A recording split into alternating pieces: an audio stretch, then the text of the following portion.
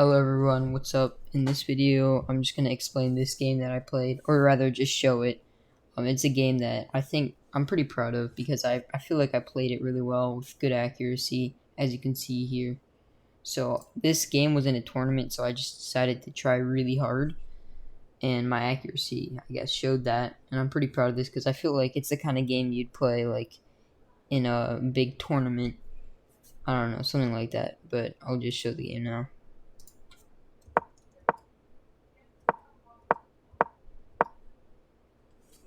It's a pretty standard opening, and there's just not too much going on that I'm not familiar with. So I play a ton of book moves here,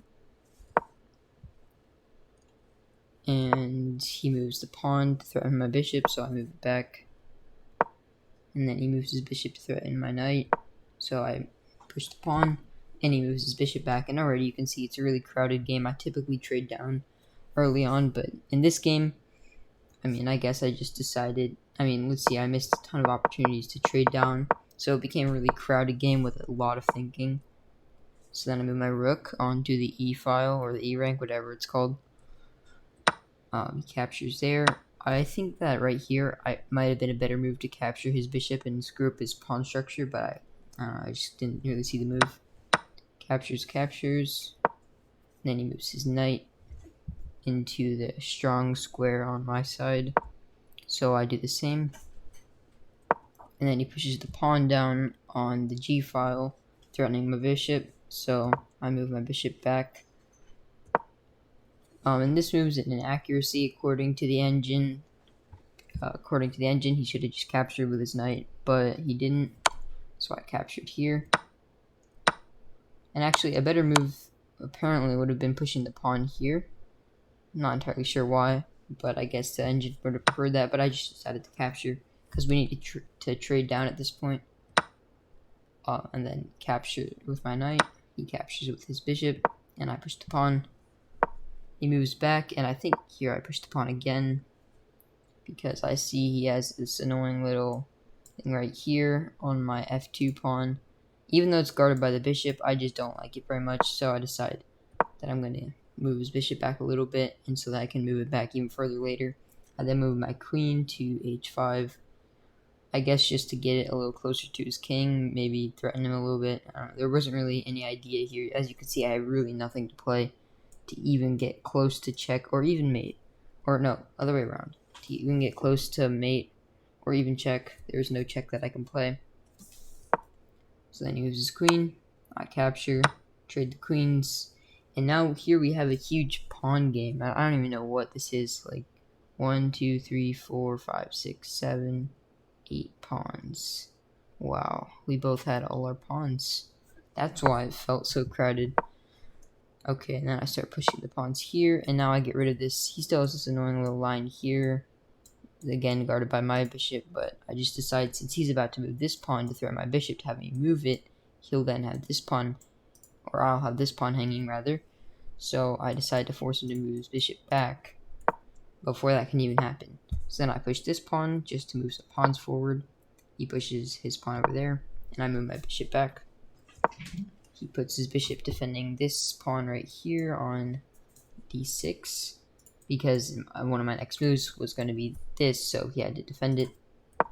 I then push a pawn on the b file or the b rank, whichever it is called, and then he pushes his pawn forward. So a better move here, as you can see, would have been c5. I guess I just didn't see that move. And then he pushes the pawn, so that's another passed pawn, or not passed pawn, but it's passed the pawn to its left or to its right, whichever it is. And then I move my rook to d1, so his bishop is stuck there. And then he pushes the pawn on the a rank, and I move my rook over here to b1.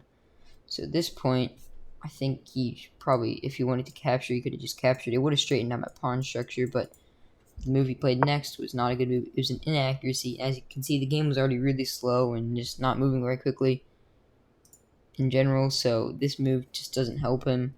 So even a small inaccuracy in this scenario, considering it's a tournament and we're both sweating very hard, it's not good. So, and then he again fails this pawn should not have been moved here, because now I can just move this and do this as I do in the game.